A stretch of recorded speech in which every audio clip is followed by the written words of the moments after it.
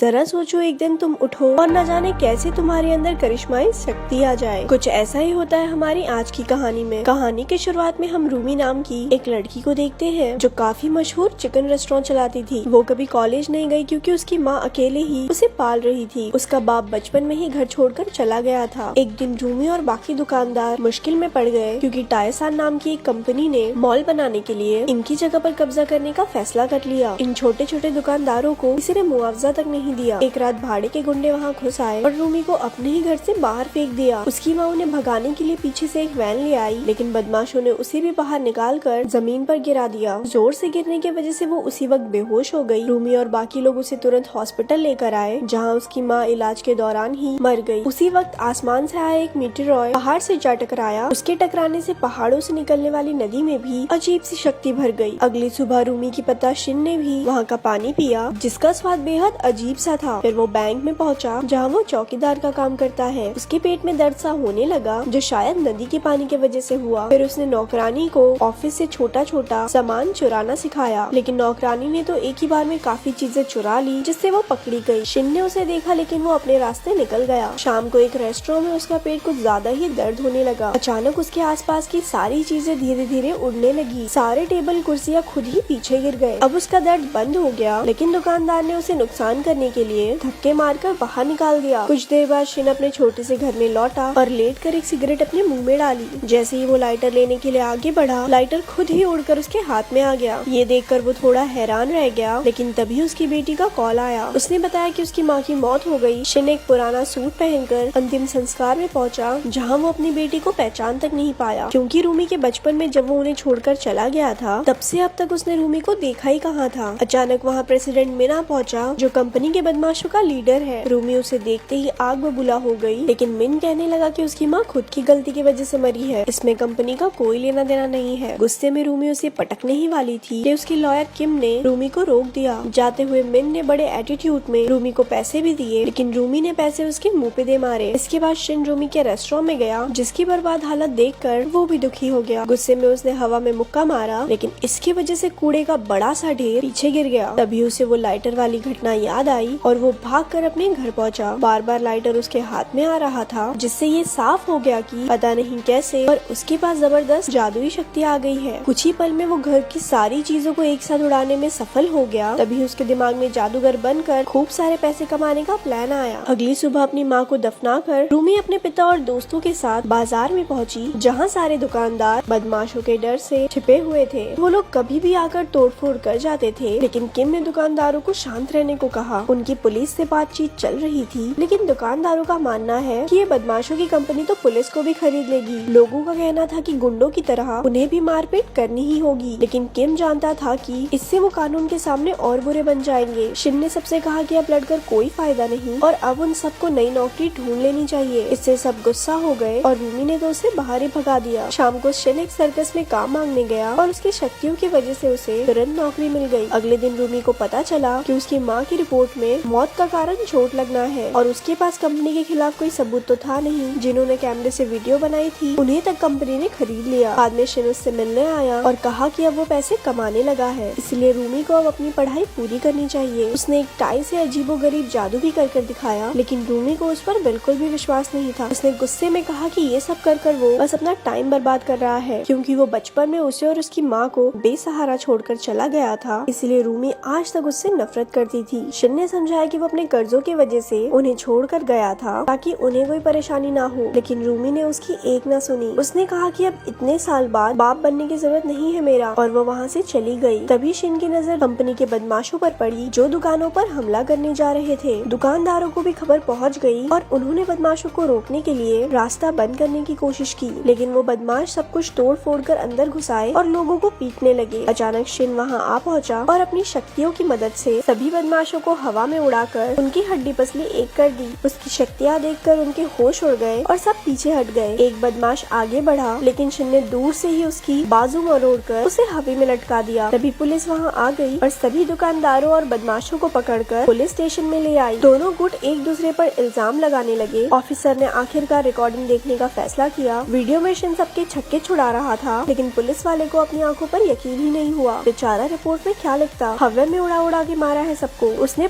परेशान होकर सबको घर वापस भेज दिया। सभी दुकानदार दुखी होने का नाटक करके बाहर आ गए, लेकिन असल में सभी बेहद खुश थे क्योंकि उन्होंने पहली बार बदमाशों को हराया था। लेकिन रूमी अभी भी अपने पिता से नाराज थी। बाद में शाम को बाजार के बाहर बैठे बदमाशों ने देखा कि कूड़ा अपने आप हवा में उड़ रहा है। जब उनकी खुद की कार भी हवा में उड़ने लगी तो सब डर के मारे वहाँ से भाग खड़े हुए। असल में शिन अपनी शक्तियों की मदद से तगड़ा बैरिकेड बना रहा था ताकि उसकी दुकानों तक कोई बदमाश ना पहुँच सके। जब किम ने उसकी शक्तियों के बारे में पूछा तो वो कहने लगा कि शायद ये शक्तियाँ उसकी पत्नी ने स्वर्ग से उसके लिए भेजी है। बाद में फिर किम ने रूमी को बताया कि उसके पिता बस उसकी सुरक्षा करना चाहते हैं, वो चाहे जैसे भी हो, लेकिन असलियत में वो उससे बहुत प्यार करते हैं। उधर बदमाशों ने जाकर अपने लीडर से कहा कि अब वो शिन का मुकाबला नहीं कर पाएंगे। अगले दिन रूमी ने आम लोगों से मदद मांगने के लिए वीडियोस बनाई और फिर अपने पिता के साथ भी बात करने के लिए राजी हो गई। उसे डर था कि इन शक्तियों के वजह से शिन के शरीर को कोई नुकसान न हो जाए। उधर बदमाशों का लीडर कंपनी की मालकिन से बात करने आया। मालकिन ने अपने गुंडों को बुलाकर लीडर को ही पिटवा दिया क्योंकि वो अभी तक जमीन खाली नहीं करवा पाया था और वो खुद भी डर के मारे चीखने का नाटक करने लगी ताकि बाद में इल्जाम उस पर न आए। वो किसी भी हालत में शिन को अपने रास्ते से हटाना चाहती थी ताकि वो अपना मॉल बना सके। उसी शाम टीवी पर शिन की शक्तियों की खबर फैल गई और टीवी वालों ने उसे नॉर्थ कोरिया का जासूस कहकर लोगों के सामने पेश किया। 2 दिन बाद पुलिस वाले शिन को ले जाने आए क्योंकि बैंक ने उस पर चोरी का इल्जाम लगाया था। शिन उनके साथ चल तो पड़ा, लेकिन ऑफिसर्स ने बिना कोई कार्रवाई किए उसे बंदी बनाकर जेल में डाल दिया। उधर किम को पता चला कि कंपनी के किसी आदमी ने पैसों के बदले रूमी के माँ का खून का इल्जाम अपने सर ले लिया। इससे कंपनी सारे कानूनी मसलों से बाहर हो गई। ये सब मालकिन का ही प्लान था। उसने बदमाशों की नई कंपनी बनाकर कानूनी तरीके से जमीन हड़पने की तैयारी शुरू कर दी। उसने पुलिस से भी हाथ मिला लिया था और शिन को जेल में डलवाकर अब उसका रास्ता बिल्कुल साफ था। सारे बदमाश अपने लीडर के साथ कब्जा करने पहुँच गए। किम ने ये सारी खबर रूमी को दी और उसे वहाँ से भाग जाने को कहा, लेकिन रूमी आखिरी दम तक लड़ना चाहती थी। उधर मालकिन जेल में शिन से मिलने पहुंची। उसने ऑफर दिया कि अगर शिन उसकी कंपनी के लिए काम करने लगे तो वो उसे छुड़ा लेगी, नहीं तो वो उसे आम जनता की नजरों में देशद्रोही बनाकर ही छोड़ेगी। उधर पुलिस भी कंपनी के ऑर्डर्स पर बैरिकेड तोड़ने लगी, लेकिन रूमी और बाकी दुकानदारों ने छोटे बॉम्ब्स फोड़कर उन्हें रोक के रखा। लेकिन पुलिस ने तो जेसीबी की खुदाई चालू कर दी। सारे दुकानदार अपनी जान बचाकर भागे। रूमी ने देखा कि एक आदमी मलबे में फंसा हुआ था और वो उसे बचाने लगी। अभी अचानक से जबरदस्त धमाका हो गया। दोनों उड़कर साइड में आ गिरे और लोगों ने उनकी मदद की। आखिरकार पुलिस बाजार में घुस ही गई। रूमी बाकी दुकानदारों के साथ दरवाजे बंद रखने की पूरी कोशिश कर रही थी। उन्हें छत तक पहुंचना होगा, नहीं तो पुलिस उन्हें जरूर जेल में डाल देगी। उधर जेल में शिन ने अपनी शक्तियों से पुलिस वाले का फोन छीना और लड़ाई की खबर देखने लगा। वो एक बार फिर से अपनी बेटी को अकेला नहीं छोड़ सकता था, इसीलिए उसने अपनी हथकड़ियाँ तोड़ डाली और अपनी शक्ति से जेल की दीवार में बड़ा सा छेद कर दिया। वो धमाके से खिड़की के नीचे आ पहुंचा और सबसे पहले उसने उंगली घुमाकर मालकिन की कार तहस नहस कर दी। उसने धीरे धीरे उड़ना शुरू किया और कुछ ही देर में वो हवा से बातें करने लगा, लेकिन उसकी टक्कर एक बिल्डिंग से हो गई और सीधा नीचे आ गिरा। उसे एक बार फिर अपनी बेटी का ख्याल आया और वो कृष की तरह छलांग लगाकर आगे से आगे बढ़ता ही रहा। उधर रूमी और बाकी दुकानदार छत तक पहुंच गए, लेकिन एक आदमी सीढ़ियों से गिरकर लटक गया। पुलिस ने उस पर पानी फेंककर उसे गिराना चाहा, लेकिन शिन ने ऐन वक्त पर आकर उसकी जान बचा ली। एक बार फिर से लंबी छलांग लगाकर वो और लोगों को बचाने पहुंचा, लेकिन धुएं की वजह से वो पुलिस की क्रेन से जा टकराया और गलती से एक ऐसे कमरे में जा गिरा जहां बहुत सारे पुलिस वाले थे। वो सब एक साथ उस पर आ गिरे, लेकिन उसने अपनी शक्तियों से एक ही बार में सबको पीछे हटा दिया। शिन एक बार फिर अपने मिशन के लिए उड़ गया। उधर किम सबको सीढ़ियों से दूसरी छत तक पहुंचा रहा था, लेकिन रूमी लेट हो गई और पुलिस वालों ने उसे बंदी बना लिया। बाकी पुलिस वाले भी वहाँ पहुँच गए और दुकानदारों को बुरी तरह पीटने लगे। मौके पर पहुंचकर शिन ने एक ही बार में सबको उड़ाकर दूर फेंक दिया। हजारों पुलिस वाले मिलकर भी उसकी ताकत का मुकाबला न कर सके। उनसे निपटकर शिन ने अपनी शक्तियों से सभी दुकानदारों को एक साथ छतें पार करवा दी। अब वो अपनी बेटी को ढूंढने निकला, लेकिन वो एक क्रेन के डिब्बे में बंद थी जो नीचे गिरने ही वाला था। उसके दरवाजे से एक पुलिस वाला नीचे गिरने ही वाला था कि रूमी ने उसकी मदद की। तभी शिन ने वहाँ आकर अपनी ताकत से पूरा डिब्बा ही सुरक्षित छत तक पहुँचा दिया। इसी धमाके में रूमी नीचे गिर गई, लेकिन जमीन से टकराने से पहले शिन ने उसे बचा लिया। अपनी बेटी से एक आखिरी बार माफी मांगकर शिन ने खुद को पुलिस के हवाले कर दिया। पूरे 4 साल बाद वो जेल से रिहा हुआ और उसने देखा कि पुरानी दुकान की जगह कुछ भी नहीं था। कंपनी को बहुत घाटा हो गया था, इसीलिए कोई मॉल बना ही नहीं। फिर वो नए रेस्टोरेंट में गया जिसका नाम रूमी ने सुपर पावर चिकन रखा था। और ऐसी ये मूवी यहाँ खत्म हो गई। ऐसी और स्टोरी सुनने के लिए हमारे पेज को लाइक करें।